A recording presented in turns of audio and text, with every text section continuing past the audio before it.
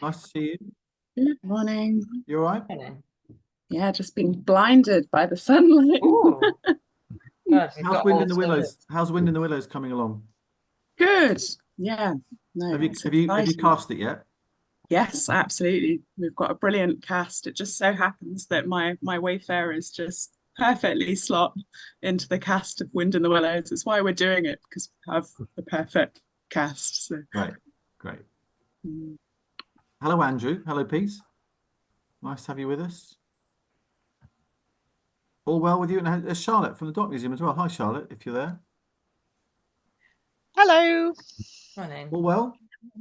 Yeah, we're busy. We closed this week, so we've been busy decanting our collection. So, How but do you yeah, move a no, submarine? It must be quite tricky. it's an easy thing. But once you've moved one, they're Yeah. all just essentially big tubes. So you're all right. I'm going to give my apologies and leave now because I've got to go and do some other work, but looks like a very thriving and rich call today. So enjoy, and I'll be back on. Chris, you're going to talk up Cockermouth Live next week, yeah? Yep, I Great. believe that's the plan with Great. Imogen in the big chair. Yeah, absolutely. Okay. All right, Chris, see you soon. All right. Bye-bye all. Bye. Chris, bye. Hello, Karen. Karen, you're tiny in a big room. Am I? Yeah, Do you know something? Oh, It yeah. was interesting, and Kate might see this. It does, doesn't it? That because we've been having the Arts Catalyst meetings, obviously via Zoom, and then when we met them a couple of weeks ago, face to face, two of them actually said, "You're so much taller than you look on screen." And I thought, never. Yeah, it wouldn't let me in. I've had to come in through the browser, which is totally random. All right. Are you the Karen Jones of Cumbria University fame? Absolutely. Oh, it's nice to put a face name. I see your name. And I am a lot taller than I'm looking at the minute. Never actually met you in person, so. You see, Jen, magic happens on this call. It's funny. Absolutely. I think I've exchanged an email and then an apology email because I was supposed to attend something with Karen. You were going to come to Jen from Rose Hill, aren't you? I am indeed. Welcome. Yes, you were going to come to Degree Show. I'm so sorry I had to miss it in the end. I will make the next one, I promise. No problem. Hello, Helen. Hello, Phil. Hello, Chris. Hello, Nanette. Hope all's well in your worlds. How was Fine Fest, Chris, in the end? Was it all right? Yeah, it was good. I mean, our giant Colin the Caterpillar got rained on a little bit, but it was a glorious, glorious sight to see. How many slices do we have, Jen? 20. 20 slices with a head and a tail. 20 slices of a caterpillar. Colin the Caterpillar cake. It's the Wow. birthday cake of choice. Yeah, of many, many people. Yeah. We had functioning candle hats on. So when we sang happy birthday to people, when they blew, we pulled a cord and our little candles went out. It was glorious. Yeah. Very good. Is that Jenny of the Dennett fame behind you somewhere there? Yeah. Oh, hello. She's doing BBC Cumbria work over there. Election fun is what's happening over in that corner. I said why use the word fun. It's really not fun. Graft. That's a grown-up job. Jenny works for the BBC, everybody, and has to be very impartial about everything, including art, caterpillars, everything else in between. Yes, very objective. Yeah, very much so. It's a struggle. I wanted to tell you something, but I even can't. I'll tell you on email later. There's a teaser. Hello, Janet. Nice to see you. How's the new job working out? It's great. Thank you. Yes. Lots of good things coming, which hopefully I'll be able to share with the network at some point in the future. Great. Yeah. Good. All right. Okay. Well, I think we'll make a start. Because we got lots to get through this morning, and as Amy has just put into chat there, welcome. If it's your first time attending, please just feel free to pop your details into chat to introduce yourself. It's a beautiful sunny day here in Cockermouth. I've got my Philip Larkin 100, which was last year, t-shirt on. Big Larkin fan, etc., etc. I haven't done much culturally this week though, so just want to say something they've done culturally this week that is being exciting or good or recommendable. I went to Harewood House private view of their summer exhibition last night, it's in between Leeds and Harrogate, and it was all out on the kind of balcony, and it was wonderful. Harewood House. Yeah, Harewood House is it's a stately home that's done a lot of attempts to do reparations for the slavery that financed it, and most of the artists that were included in the exhibition were of Afro-Caribbean descent, and Hugh Locke was in it, and he's a wonderful artist. Okay, great. That sounds good. It's great. It's great. Open to the public from today. Yeah. Okay, great. I just want to recommend again, by the way, the if you get a chance to go to Regan and see the Lost Words exhibition and Jackie Morris's stuff, which is there till September. Lovely stuff. So it's a small fee to get in. It's not free, but it's basically a kind of look back over all of hers. There's a lovely little, well, quite a big drawing of an elephant she did when she was a sort of teenager that is beautiful, and you can sort of see a bit of wildlife drawing, painting, starting at very tender age, and takes you right through her career. And if you know about the Lost Words and the Lost Spells books and those sorts of things, which were beautiful books that came out a couple of years ago in cahoots with Robert McFarlane, great stuff. So I think that was really, really nice. Right. Well, this morning, as ever, we record these calls. So if you want to catch up on them or want to watch yourself back and see how good you are, you can do that. They usually get turned around by Amy by about Tuesday of the following week. And also, if you need captions for these calls, there's captions available on Zoom. I always look at the AI companion bit on Zoom as well. I've never used the AI companion bit on Zoom. One day I'll explore what the AI companion is, but at the moment it's just sort of staring me at the face and I'm slightly worried about it. Right, so this morning we are going to hear how Lauren and Kerry are great at getting money, basically, and also spending it and enhancing the fantastic infrastructure that is continually building in Barrow for the arts and cultural sector. So looking forward to that. They both run Signal Media. Lionel Playford, who's an artist based in Alston, who I first came across when I used to run a music festival called Music on the Mar in Castle Carrick near Brampton. And one year, Lionel came and did some brilliant paintings just to capture the spirit and the essence and the tone of the festival. Great stuff. And Lionel's going to talk to us about what he's been doing, particularly involved with community art in and around, and not just in Alston, but in that part of the world. Great to have somebody from Alston, although Lionel's in Leeds today, but normally he's based in Alston. Kate Rodenhurst is delivering some training about evaluation shortly, and she's going to tell us how she approaches that and what that's going to be all about. And then Nick Turtner of Intro fame in Carlisle, great enterprise intro, does all sorts of interesting stuff, as well as being great at comms and social media and news management. Has fingers in all sorts of creative pies in Carlisle and beyond. And one of the things is the Arts Festival, the Historic Quarter Arts Festival, that Intro and Nick support every year. So Nick's going to tell us about that and also how you can get involved in that festival as well. So that is the plan for this morning. We'll go all the way through to 10:30 and then we'll call it a halt there. So without further ado, let's kick off. We've got some slides for Lauren and for Kerry, which Amy will play in. So Lauren and Kerry, if you'd like to introduce yourselves and tell us about your amazing achievements and plans for Signal.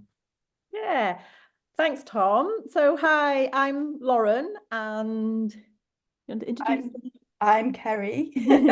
And yeah, thanks for asking us, Tom, to come and talk today primarily about the development plans for the Cooke Studios in Barrow that we have been raising funding for. But for those of you who don't know, so me and Kerry are the founders and co-directors of Signal Film and Media. And Signal Film and Media is an arts charity and 1 year NPO. We've been an NPO for 1 year, based in Barrow and Furness, but we've been working there for about 20 years, but finally became an NPO last year. And Signal runs activities in film, digital media, arts and heritage for people of all ages and backgrounds. And we run it from our base, the Cooke Studios, which is in Barrow and Furness. And yeah, so we're mainly going to talk today not about Signal, but about the Cooke Studios. You can probably move on to the next slide, actually, Tom, to show the Cooke Studios. So the Cooke Studios is a Grade 2 listed building based on Abbey Road. So it's really central. It's just across the road from the train station, on the main pathways into Barrow. Really beautiful old building. And we've been in there since 2011. If you go on to the next slide, Tom. So we took the building on in 2008. Kerry and I saw an opportunity to raise some funding, which was also a community ownership fund. And we raised about 700,000, wasn't it, Kerry? And then partnered with Barrow Borough Council to do up the building into an art centre. And the funding that we had kind of did most of the interior, and the council and Heritage Lottery Fund did all of the exterior, and there were a lot of structural things that needed doing. So that was back in 2007. It took us until 2008 to finish that project, and then we moved in. 2011. Sorry, yeah, 2011, end of 2011, wasn't it? 7-8 we got the funding, and 2011 we moved in. And then it sort of opened properly to the public in the beginning of 2012, didn't it? So as you can see, it was a right state when we moved in. Anyways, if you jump forward a slide, Tom. So sorry, it's Amy jumping forward with the slides, isn't it? That's confusing for you. And since then, so since 2011, 2012, it has been going really, really well in the building.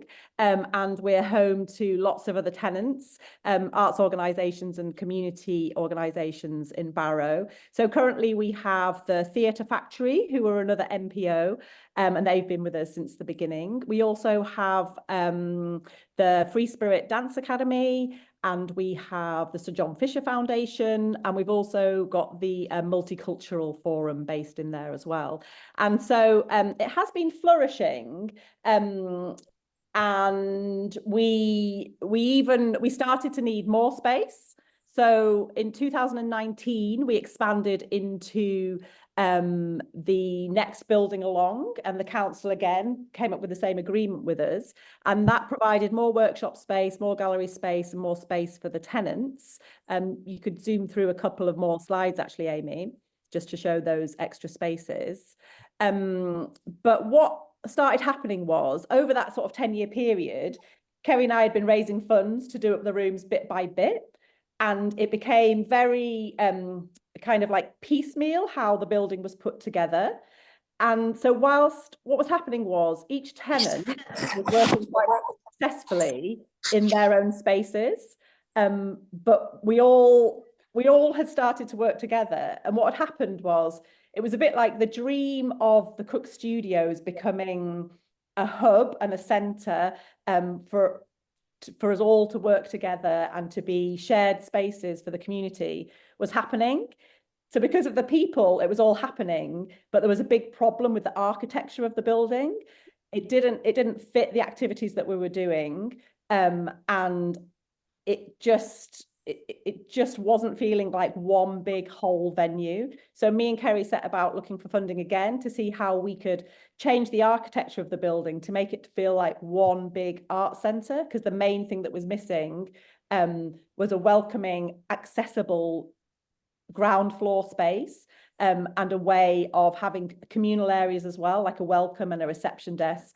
And the main problem is when you open the door, which Kerry will probably mention next, is this really off-putting staircase as soon as you open the door, and then also a very confusing set of rabbit warren corners and doorways, so nobody can find their way around the building. So whilst what's happening in there was great, nobody can really find what's going on, and we're constantly directing people around the building. So if you go on to the next slide, I think, so Kerry will talk a little bit about what happened next and how we set about raising the next set of funding.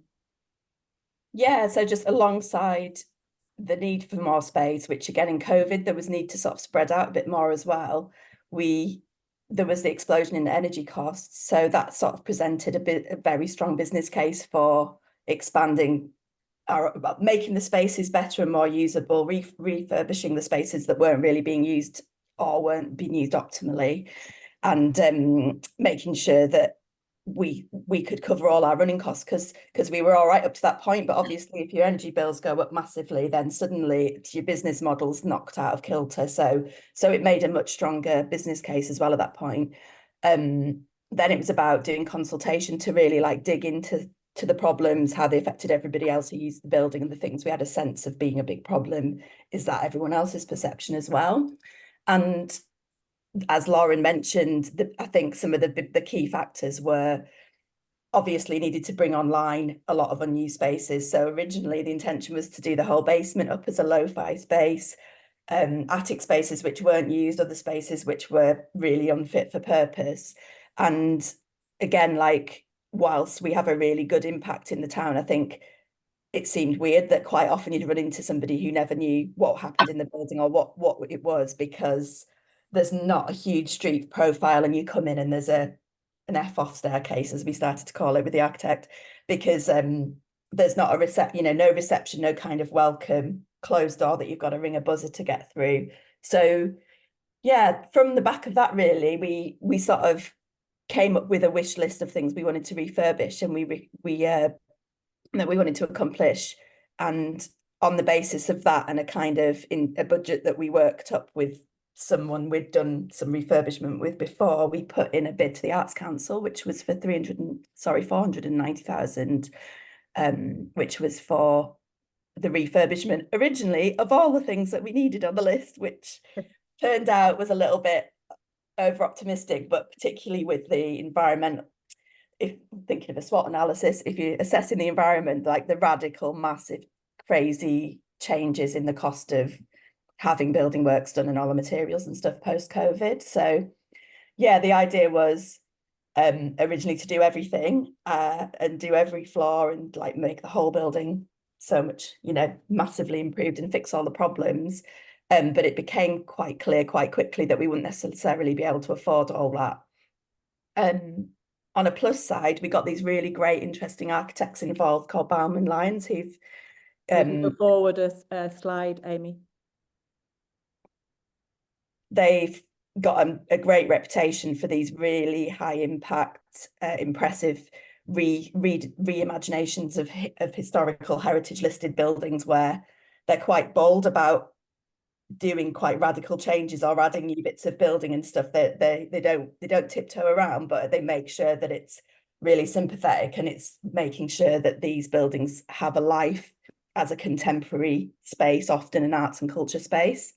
So with them, we did a really interesting kind of process where they came in and said, what's the outer reaches of your ambition? Like, if your biggest ambition might be you might build a whole building the same size again on the car park outside, do you want to do that? And we were like, no, that sounds really scary and like a lot of work. And I guess they kind of said, if money wasn't an object, what would you do? And imagine if there was nothing in the building, where would you put everything? Rather than us, what we'd done up to that point was like trying to think of it how it already looked and how you could make tweaks to it, which weren't gonna solve the radical issues. So that was really cool. But obviously at the end of it spat out a really expensive program that would be amazing, but we again didn't have the money for. But what we felt was it did make sense to dream big and have like an ultimate vision, and then parcel that into chunks. So you could, whatever we could afford with the money we had would be a stage one, and then you make sure that's future proof, so that the next thing you want to do is not prohibited. You don't have to start knocking walls down and stuff again. So what did we do next? So that happened. They drew up plans and stuff, and for the stage one, we concluded that the biggest impact and difference we could make with the money that we had would be to redesign and rethink the ground floor. And it was about really opening up the front of the building to make it feel permeable and bring in light and make it so people felt they could come in and they knew what was inside, creating a welcome space and having a receptionist there with an open door throughout the day, as opposed to a closed door that you have to buzz to get to any individual tenant. Having a permanent smaller exhibition area for heritage project stuff and a rolling programme of interesting arts things that were happening in the town. And then, oh, that's an interesting one. And then obviously the staircase remained a contentious factor. And we realised, unfortunately, that we couldn't actually afford to sort the staircase out. So again, we went back to cost up this ground floor aspect of it, and that had gone up from the 490 to 1.4 million by that point. So obviously there we were like, and this is like the architect. The money slide. The architect didn't see it coming either. They were like, oh, it'll probably be about 800,000 now. And then, yeah, within months, it just kept jumping up by hundreds of thousands of pounds.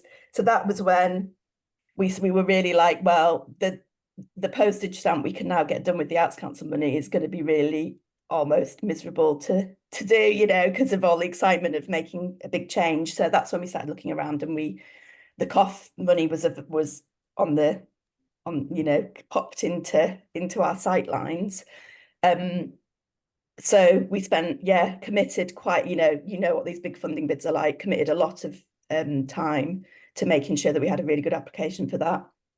So the process was very, I think my understanding is it's kind of a replacement for the structural funding, that the kind of European funding that doesn't go to EU anymore. But it felt very much like a brand new process, that the people running it weren't quite sure about, well, they were doing it, if you see what I mean. They were kind of, some of the rules weren't that clear, and some of the answers to things changed a bit as we were writing it. But ultimately it was about making a business case for investment for the building, which showed that the building was at risk of imminent closure, but also that it was successful. So so you're walking a very fine, you know, again, everyone knows how fundraising can be, walking a very fine line between saying, you know, look, it is successful and it worked, you know, it's the environmental factors coming in here that are causing a shift. Gary, Peter's asking, what's COF funding? Oh, sorry, Community Ownership Fund. So it's levelling up funding from the government that was given out in rounds of 30 million pot per round or something. I can't quite remember, but you know, about 80 organisations in our round who got a chunk of money, anything from up to 2 million. I think they'd raised the top threshold because of the rising costs. So you could apply for capital funding to take on a building into community ownership, or that was already in community ownership but needed money to keep going. So the archetypal project would be like a country pub that would close, but the community would come together and raise money to have it as a community venue or a community facility. So the slide we're looking at, is this a new role then you've created? Yeah, I think the slides have gone too far forward, so this is kind of the end slide. But yes. Sorry, do you want me to wrap up? Is that what you? No, I'm just. Sorry, yeah. So that's later. So this comes at, this is someone to actually run the building when it opens. So yeah, so basically the community ownership funding was quite a big process to make that case, but luckily, like with a lot of work and a lot of tuning and throwing, we were granted 910,000 to add to the 490. So we've had the 1.4 million view to do the work. Another catch is the money had to be spent within a year, has to be spent within a year of the offer letter, which was in March, which is pretty tight for a 1.4 million project. And so a lot of it is about, again, being about trying to optimize the impact and really think about how it's going to be and making sure we get the most for our money, but also doing it really quickly. So we're in the middle of that process now. If you think that was March, then it brings you up to June. So yeah, so that's what we've been working on. And as will you have to close for a short while?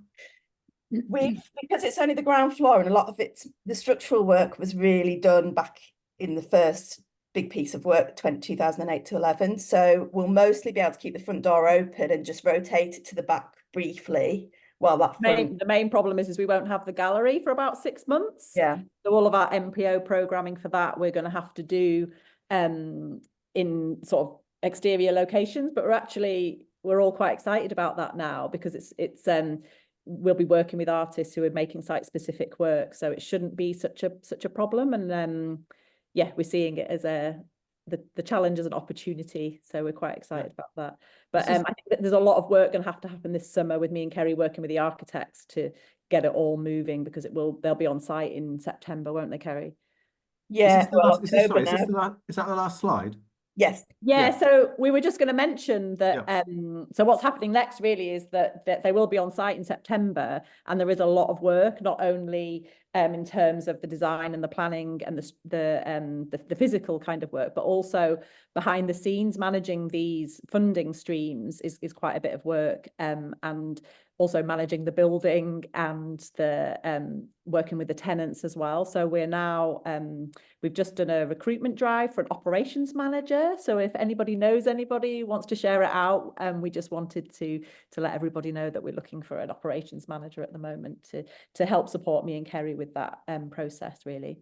And how have you two? And then divvied hopefully up they would stay with us into the Yeah. future as well, and maybe help run the activities in the shared spaces in the building. How have you two sort of divvied up the work? Do you each have sort of expertise that you you obviously worked together for quite a few years, but it's still, it's a process, isn't it, to go through to get a funding application together and all those conversations and stuff. How do you do all that? Yeah, we sort of, I guess we do both have complementary skill sets, don't we, Kerry? So it often falls quite naturally between what we do, but so if Kerry was doing more like the business and the finance side, and I was doing more like the programming and artistic side, but then we would still be very much involved as well in what each other was doing, but we would take a lead in that area and take the bulk of it, but be very much involved in the planning and the discussions and just supporting each other wherever we can. So we do cross over a lot. I think it's always worked really well because I'm probably a bit overly spontaneous but entrepreneurial, and Lauren's got an artist's eye and an artist's outlook on things, so has that kind of artistic, considered, like, high quality eye for things. And between us, she'll kind of put the brakes on me a bit, and I'll go, oh, there's a good idea, and then she'll help to stop me from going. She'll speed me up a bit as well. And then I'll go, come on, we just make a decision now. So it's quite good. We don't tread on each other's toes, it's probably why it's worked well for so long.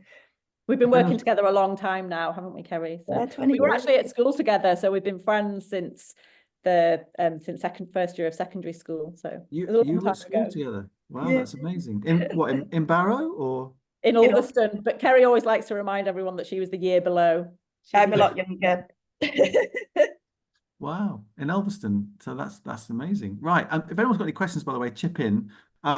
It must have been quite a moment when you got the letter, email, phone call, whatever it was, to say yes.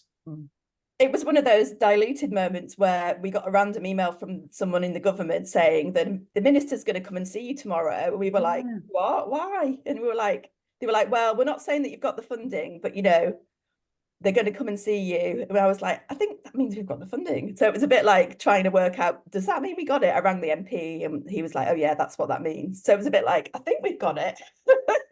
It's still good, but yeah. I think so. I love coming down to see what you do in Signal. Chris and Jenny's exhibition before Christmas was the last one I saw, I think. And there's a real spirit about what you do, I think, which I'm sure you're keen to retain. When I say that, I mean openness and experimentation and sort of big thinking. These are precious things to try and continue, even with £1 million worth of new building going on. You've got to keep all that, haven't you?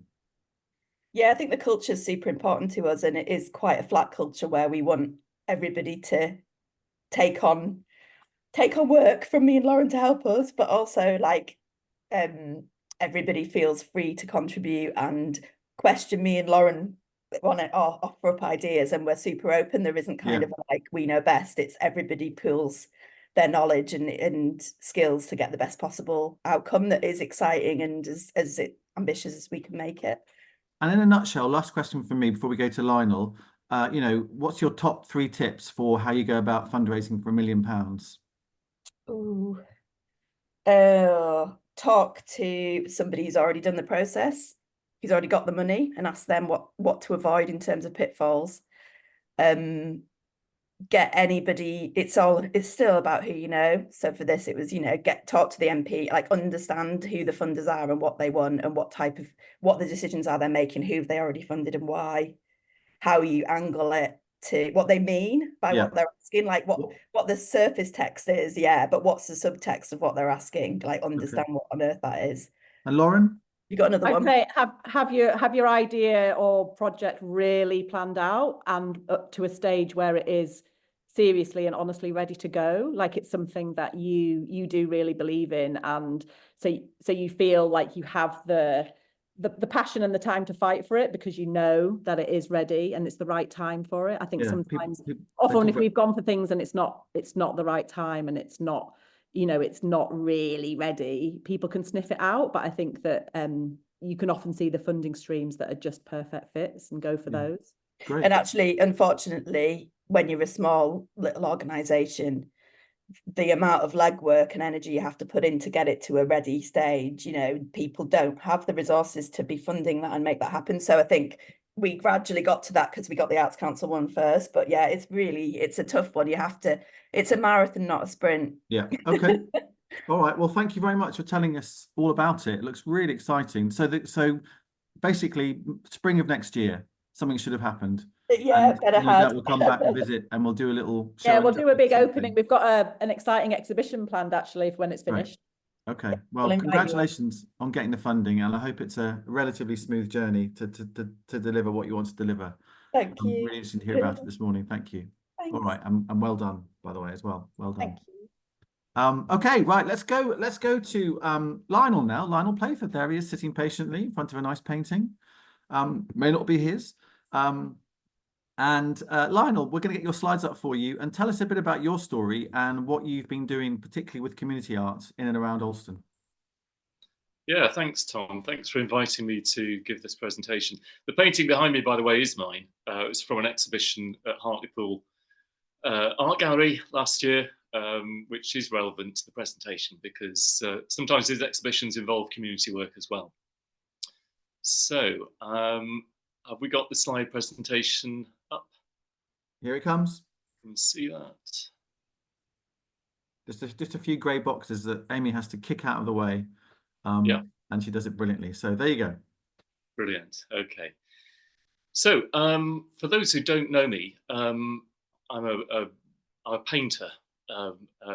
That's my current profession. But once upon a time, I used to be a shipbuilder in Cumbria town of Barrow, which seems an awful long time ago, but it has some connection with this story I want to tell about what I've been doing recently in community visual arts in Cumbria. So next slide, please. Yeah, so if we go back to the mid-80s, when I was working in Barrow Shipyard, Vickers, as we knew it then, the main employer in town, I was at the time building submarines, something they still do. But I was also, as a kind of side hustle, voluntary work, working in Alston for Welfare State International, just volunteering in different projects like the Lantern Procession. And Alston Carnival was an annual event which I took part in. And before I left Barrow to go to art college, I was invited to design a swan in which a street theatre character could emerge from as part of an I think it'd be fair to say an anti-capitalist sort of performance idea that took place in Alston. So if anybody's around who remembers the 80s in Alston, you might have been to see that. So that's the image on the left. And another thing I took part in with Welfare State, which unfortunately doesn't exist now, probably to do with funding and other things, but was a project called the Golden Submarine. So it's, you know, very much community-based work where people came together and volunteered their time. And I was one of those volunteers. And they consulted me on how the back end of a submarine should look. And given that I was actually building one at the time, you know, that was a reasonably good shot that the sculptors made at that. Pretty big job as well.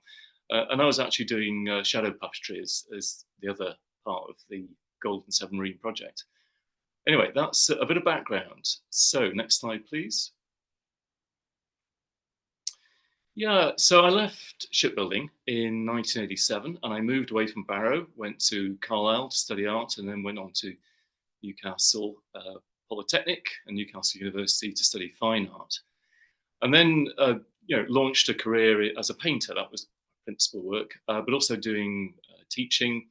And importantly, a kind of a third part of what I do, and not entirely separate, but different, is working with different community groups in cities, but elsewhere as well. And in the early 2000s, I did a series of projects in Newcastle and in County Durham, and then latterly in Hartlepool. So very much based away from Cumbria, even though I was living in Cumbria from 2003. So the three images I've just shown here, just very quickly. There was an Asian youth club in the West End of Newcastle, where I was artist in residence for a year, and we produced this mural. When I say we produced this mural completely from scratch for the youth club, working with the young men in the club to develop ideas, make drawings, and then turn those ideas and drawings into an ambitious work of art. And that's a kind of blueprint for most of the community arts-based work that I've done ever since. The middle project there was with a school, a primary school at Dean Bank in Ferryhill, County Durham, working with half of the kids in the school, looking at woodland, and very much getting them involved in thinking about the design, making the drawings, and then getting stuck in with the painting as well. So that was a really successful project, which went into their school playground. So it's fully waterproof, and it's been there for about 13, 14 years now. And the one on the right is a more recent one with Hartlepool Art Gallery and Thruston Youth Club in Hartlepool. Again, working with a group of young people, teenagers, so it's a teenage youth club, and taking them onto a national nature reserve with sketch pads and drawing materials to observe nature firsthand. And that's something I've been doing quite a lot recently. So we produced quite an ambitious mural that went into Hartlepool Art Gallery and then was later installed in the youth club. So next slide, please.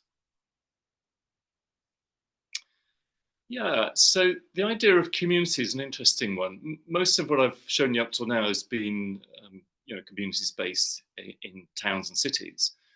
But there are other places where you can collaborate with people. So what comes out of that collaboration depends so much on the circumstances. And in 2016, as part of a research project I was doing at Northumbria University on climate change and art, I was invited to be artist in residence on board Germany's premier research vessel, the icebreaker Polar Stern, an amazing ship that does extremely important work in understanding how the planet is changing, particularly in the Arctic and the Antarctic.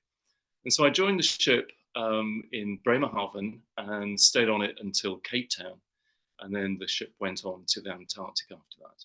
And during those 4 weeks, at the end of 2016, I worked with about 70 people. That was the community, 100 people altogether on the ship, 50 of whom were scientists, and 25 of those scientists were young PhD students who were getting their first taste of research out at sea in oceanography. And there's a group photograph of them with the expedition director, Karen Wiltshire, there in the blue dress, and Germany's Minister for Education and Research, celebrating what's behind them as much as the science. That's what I like to think anyway. And what's behind them is a 10-meter long mural, which we've designed and created over a period of 4 weeks. And the mural literally rolled out like a scroll as the voyage went on, so that the artwork mirrored, if you like, what we were experiencing as we traveled from the winter in the North Sea to the summer off South Africa. And so it's very much about life in the ocean, but also life on board the ship. And as such, that work of art represents a collective experience of that research voyage. And I think it's actually quite an important piece of work, currently on display on the island of Zult in North Germany. Just as a matter of method, methods develop over time and each artist has their own, but I like to work with people through drawings, sketches, but also through photographs, and using processes of collage as well as copying from photographs. And in the right-hand image, you can see a couple of scientists there, and they're working from scientific images produced on the voyage, and they're painting directly from those images. They're images of plankton. Next slide, please.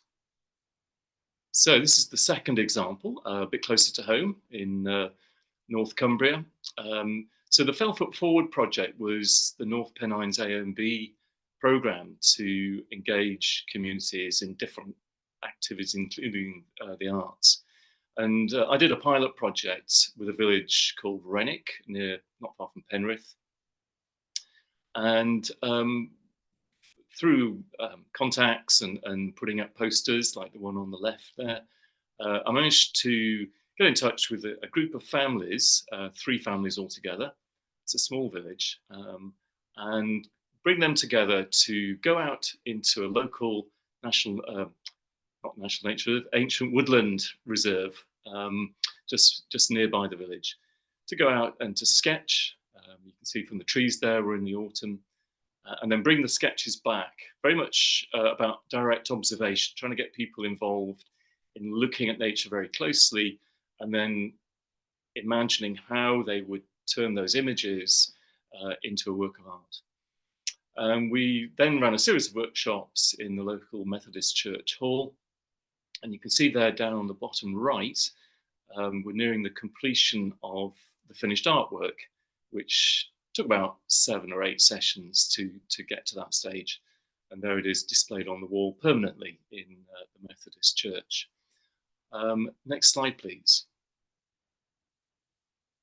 Yeah, so that was in 2021. Now, since then, amongst other things, I've done a couple of projects in Alston, which is 3 miles or so from where I live in Garrigill, where I have a studio.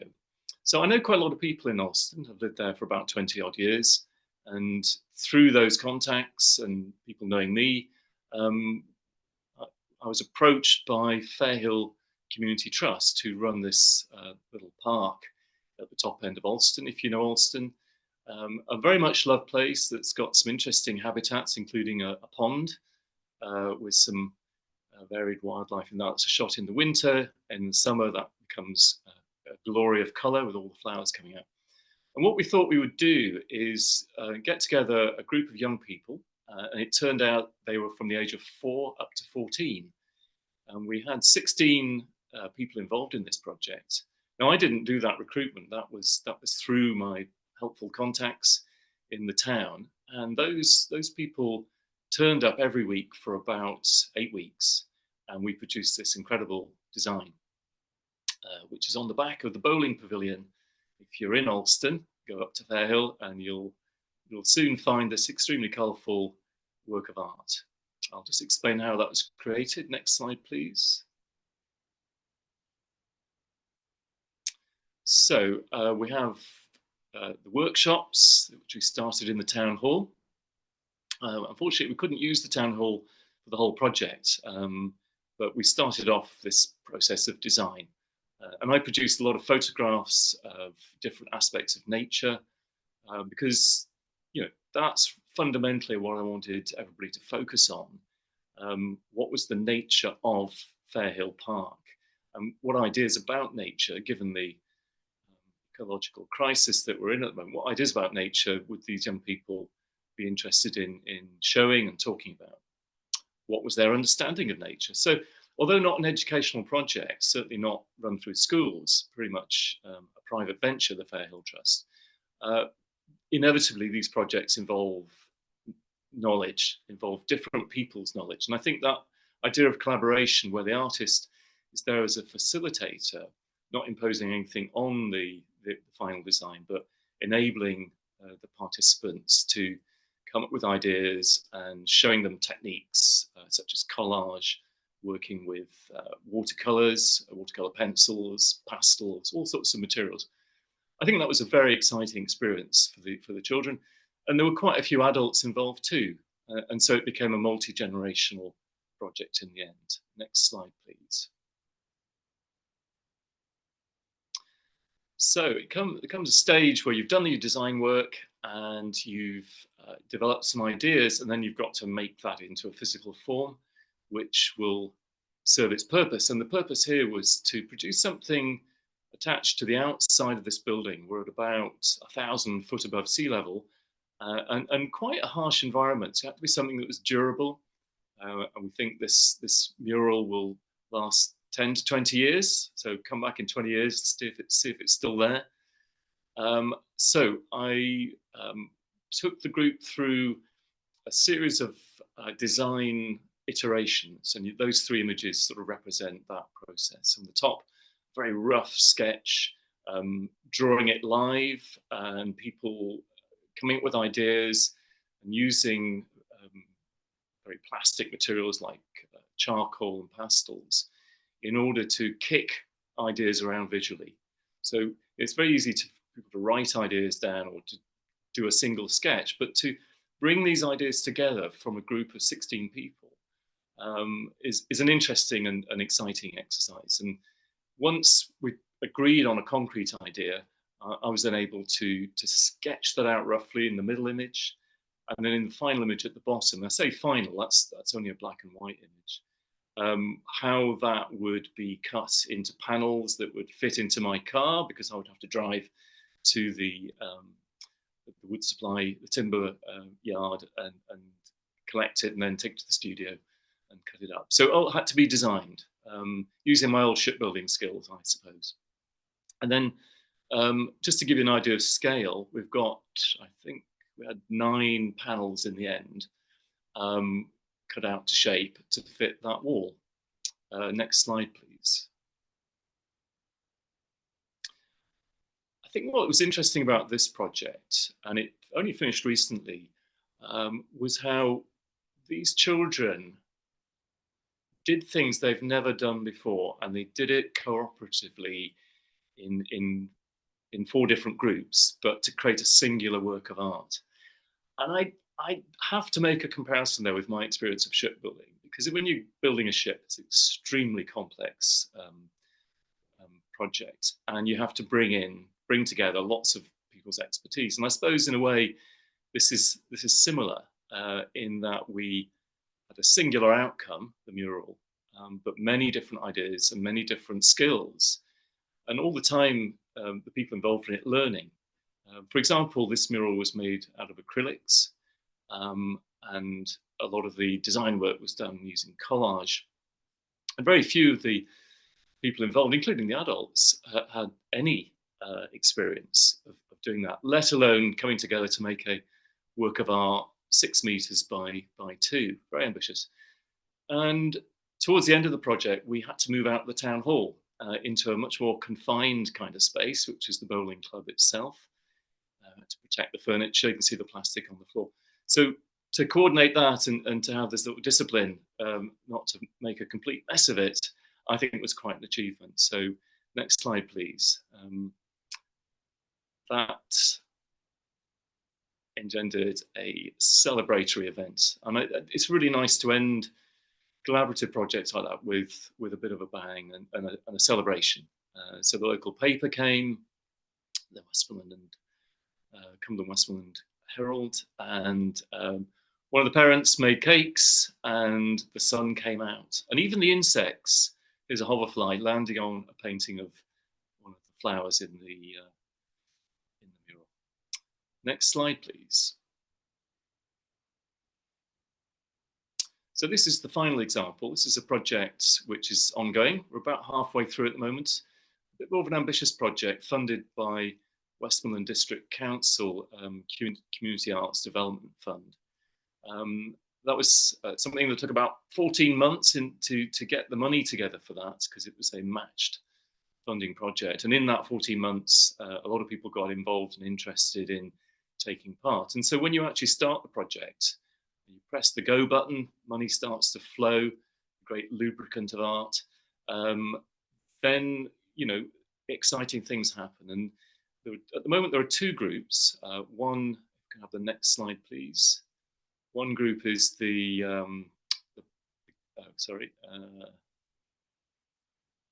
before we go on to that next slide, just a bit of context here. The project was themed on 2 things. One was the present day nature in a once lead-mined valley called a hush, the Dowgang Hush in Nented, which is historically quite important. Hushing was a process that was used in lead mining right across the British Isles. The image at the bottom there is actually in Wales in the Ystwyth Valley. And image on the far right shows you that hush as it is today. But 100 years ago, there were no trees, and it was quite a desolate landscape because it had been mined. And the image on the far left shows you a geological cross-section through a typical Nenthead lead mine. Nenthead was the largest lead mining organisation in the world at one time, so it's quite an important historical site. But I wanted to focus on how nature had returned and, if you like, reclaimed what was once very man-made. Next slide, please. Yeah, so we currently have two groups, the Guides and the Brownies is one, and they're making a work of art, designing at the moment for St John's Church in Nenthead. So that's all been organised through the Church of England and other people in the community. And here we are in Alston Town Hall again, doing some design work. And that followed an expedition out into the Dowgang Hush to do some face-to-face drawing research with nature, and then bringing those sketches and those ideas back to the studio to come up with some ideas. And Brown Isle very kindly came up with a sketch idea partway through the project at the bottom left there, which was her attempt, and a very valiant attempt, which has been very useful to try to bring together the different ideas. And so we're now at the stage where we have an idea. It's going to be circular in shape, and the next stage is to execute it, and then finally we think in the autumn to have a celebratory event to unveil the works of art. Next slide, please. Just another couple of minutes, Lionel, okay? That's good. So the second group of this final project is Nenthead Primary School, but the terms of the funding meant that it couldn't be part of the curriculum, couldn't be part of the daytime activity in the school. So we're running it as an after school club where members of the family can get involved, and we've got a group of about 16 at the moment. Half of them are parents and grandparents, and half of them are children at school. It's a very small school. I think the enrolment there is only 18, so we've actually got about half the enrolment coming to the after school club, which has been terrific. So here's just some of the drawings on the top left, done out on location as before, and then the other drawings done in the after school club as design thinking. And again, like with the Browns and Guides, we're about halfway through, anticipating the completed work of art in the autumn. Just for your information, if you look at the centre photograph, there's a building slap bang in the centre there, in the middle ground, and that's the village hall, and that's where this second mural will be permanently sited in the autumn. Final slide, please. So what next?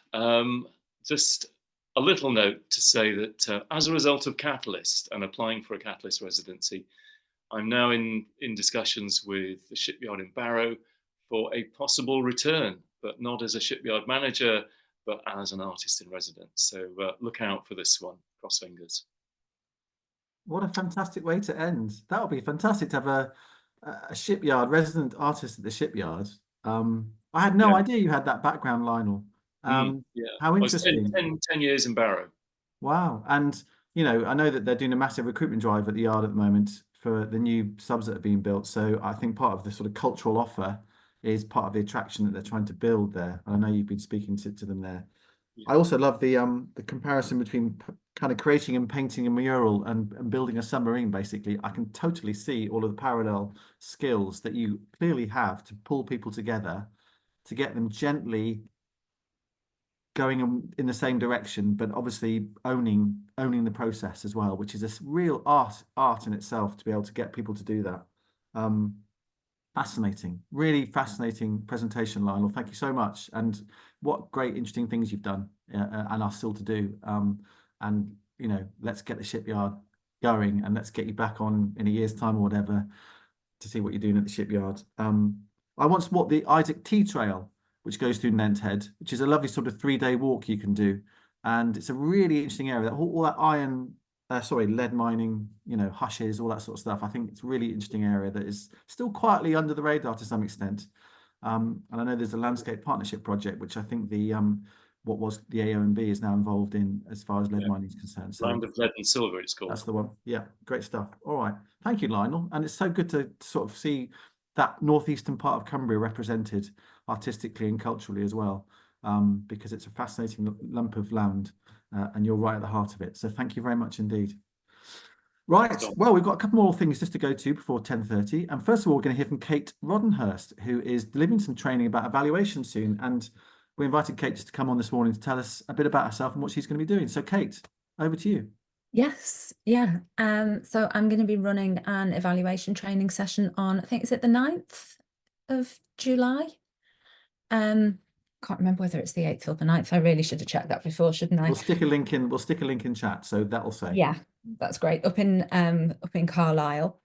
I've been a freelancer doing a mix of things, but mostly evaluation for about 18 years. I must like it. I went freelance thinking this was something I was going to do for 2 years when my son was really small, and he's just turned 18. So I obviously like the freelance life. Got quite a mix of evaluation experience. I do some evaluation as part of much bigger teams. So I worked on the evaluation of, I started off in evaluation working on all of the work with the University of Liverpool and John Moores University that was around evaluating Liverpool's year as capital of culture in 2008. So that was my first really big evaluation and where I really learnt how to do what I did. And then went on to evaluate the Cultural Olympiad. So kind of traveling all over the country, looking at projects that had been part of the Cultural Olympiad.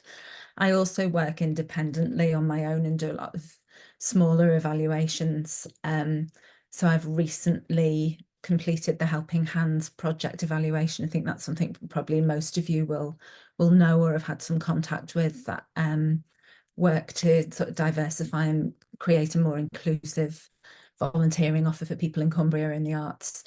I worked sort of throughout the project over the 2 years with Kate and Janet and the team evaluating that programme. So I do all sorts of smaller evaluations. I do a lot of evaluation of HLF funded projects and Arts Council funded projects, or I'll go into an organisation and help them to set up an evaluation strategy that really looks at everything they do. So really, really quite diverse. So this week I'm finishing off 2 evaluation reports for Canal and River Trust. One which is about putting heritage interpretation onto the towpath just south of Kendal.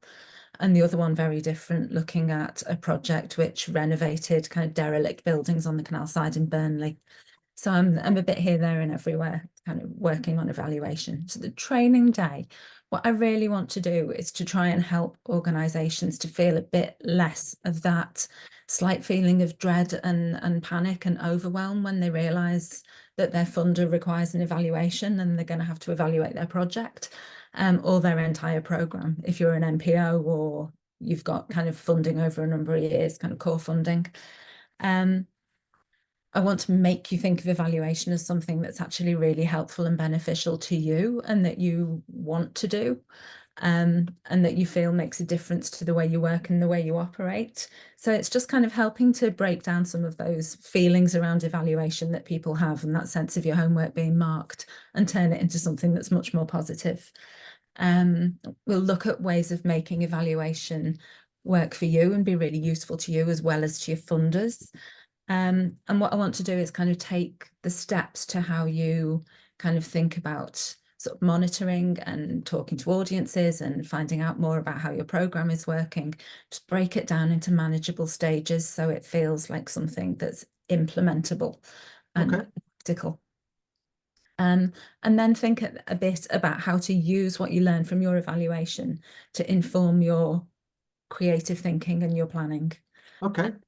So it's not just about kind of churning out a report.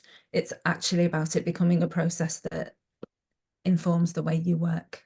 Great. Thank you very much, Kate. Sounds really interesting. I know Amy's put a link into chat. It's for individuals as well as organisations. So that's the offer. And July the 9th is the day that we've settled on, I think, in Carlisle. Yeah. So that's fantastic. Absolutely. And hopefully lots of opportunity to chat, quite interactive, and you'll take a lot of resources and practical things away with you. Smashing. Thank you, Kate. Thank you for joining us this morning, and hope it goes really well. Right, so we're going to conclude now this morning with a look to Carlisle, to the Historic Arts area festival, which Intro and Nick Turner are very much behind. We've got 1 or 2 slides to tell us about it. I think it's year 4, if I've got that right. Nick, over to you to tell us about it and perhaps how people might want to get involved as well. Yeah, thank you. Just quickly introduce you to Intro and the Historic Quarter Arts Festival, which, as you say, is now entering into its 4th year. So we're a PR and social media business based right next to Cathedral, Paternoster Row, centre of Carlisle. We very much kind of feel that, you know, our purpose is to try and use our skills to make Cumbria a better place. And we do that with lots of our bigger clients, like the Cumberland Building Society, with all the work that we've been doing with food banks, or Stagecoach, where we've been providing grand days out for pensioners and bringing them into Carlisle and other locations to encourage them back onto the buses.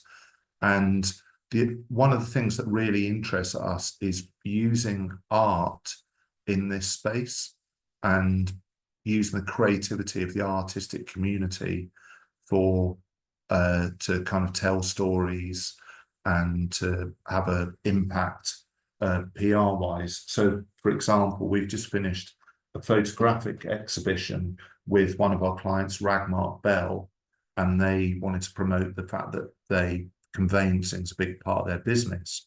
So we persuaded them that the logical thing to do with that was to hold a photographic exhibition to celebrate Carlisle's brilliant buildings.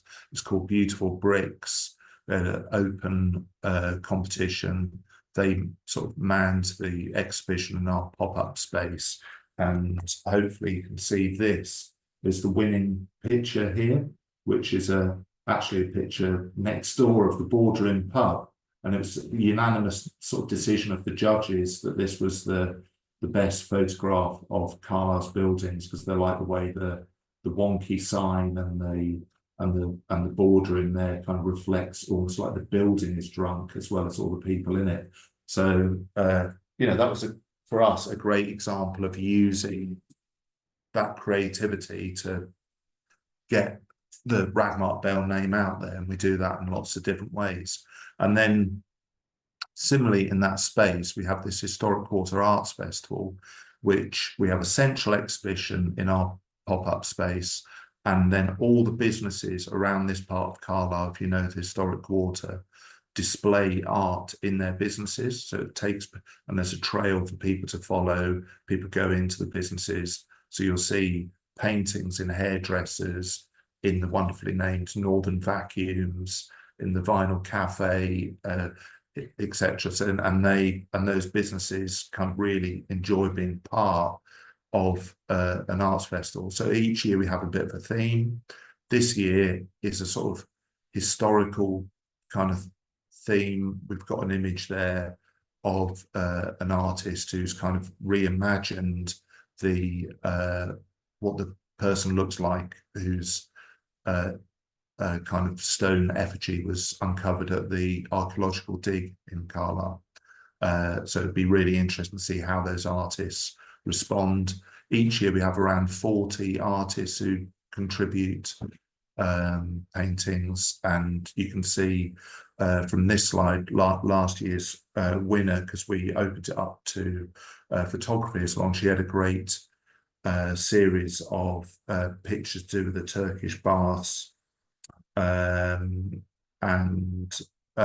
we've got categories this year of digital art, illustration, painting, photography, printmaking, sculpture, and textiles. And you know, Molly Matcham there was a great example of what the impact of bringing photography in there, just kind of diversified things a bit. And she was the overall winner in last year's competition. All the local businesses sponsor those categories.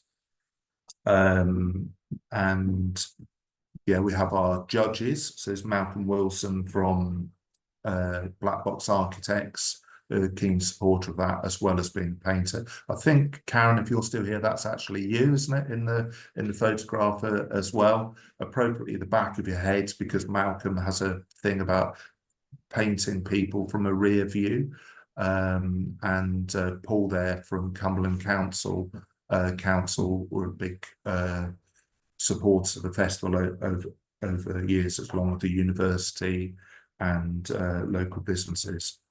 And so the kind of details of the festival are that it runs from July the 22nd to August the 18th. It's been curated by these two wonderful people, Molly and Sophie from SOMO, who are graduates at the from the university, and they're kind of working out the logistics of which artists get the honour of being in Northern Vacuums and all the rest of it. So they'll be working with us. And there's a deadline fast approaching of 8th of July for people to submit their work to be included in the festival. That's actually me at the first historic Quarter Arts Festival, which was launched on that year, Midsummer's Night, so appropriate costume. And so really, if you could do your bit to spread the word and make sure we get those entries, and then come along and enjoy the festival when it takes part. We've got lots of related events to the festival. We have, I think, 97 children from local schools are taking part in creating art inspired by Carlisle's history, and the best of that will be included in the exhibition. We have a walking tour of Carlisle's street art with Carlisle Writers Group, who are putting on a workshop to create writing and poetry inspired by art, and other events as well. So there will be lots going on during the summer. So it runs from 22nd of July to the 18th of August. Thank you very much, Nick. Pete was just asking in chat there, how does he enter? And I think Amy's just put a link in. So Pete, hopefully that answers your questions. Yeah. There. It's a beautiful exhibition. I love the way you get the barber, the vinyl shop, the Northern Vacuum shop involved in culture and art. Molly and Sophie have recently joined the steering group for Cumbria Arts and Culture Network as well. They're two fantastic individuals who do amazing stuff for the university students, but also, you know, beyond that sphere of influence. So what a great choice of kind of curation you've done there. So I hope it goes really well. And it's always, you usually have an opening night, don't you, Nick, for the exhibition? Yeah, there'll be an opening night, probably on the 22nd of July. So we'll get some invites out for that. Yeah, great stuff. Well, you know, good luck with that. And it's a great thing to support and enter. And you know, it's a wonderful collection of different bits of art and culture for that part of Cumbria. I think we're there. I'm sorry, we're 4 minutes over, which kind of almost breaks my heart, but that's my fault. Thank you very much to everybody who's joined the call this morning, and to Kerry, Lauren, Lionel, Kate, and Nick for your contributions. Next week, and for the next 4 weeks, the lovely Imogen Barnfather, who's on this call, is going to be in the chair looking after curation, production, and then chairing the calls. I'm sorting out Cockermouth Live along with a few other people, and I'm going to go on holiday for a few weeks. So a few weeks, it's a couple of weeks, but Imogen's very kindly agreed to step into my not particularly big boots. And so if you want to contact Imogen with any ideas and all the good stuff, obviously she can take the credit for. All the bad stuff is my fault. Imogen, thank you. Do you want to say anything, Imogen? Yeah, I'm looking forward to putting Tom's hat on for a few weeks. And yeah, if anyone's got anything that I can squish into what already looked like quite busy sessions, I would love to. So yeah, you can send me an email at wayfarerstheatre@gmail.com, which I'll hastily shove in the chat. And also Amy's very good at handing on stuff from hello@cacn.co.uk as well. So you'll get all sorts of bits and bobs coming up. Next week, as things are stand, we'll have a little look ahead to Cockermouth Live, which is next weekend. The weather is booked. And also probably we're going to do a bit of reflection on the Catalyst project, all the entries, how the judges kind of looked at the entries and what they were looking for, what works for them, what didn't work for them so well. And so that's perhaps top tips from how you basically put in big funding applications for projects, I guess, for particularly relevant for freelance creatives. But I suspect there's a lot of learning there, because there were 235 applications, I think, for ultimately 3 roles. So a lot of work went into that. And we wanted to make the most of that process itself. So if you're interested in finding out about that, or have got questions you want to lob in, then next Friday is the call to come to, when Imogen will be in the chair for the first time, for the first of 4. All right. Thanks everybody. Nice to see you all. Have a great weekend. Catch you again soon. Bye bye. Bye. Bye everybody. Thanks, Bye. guys.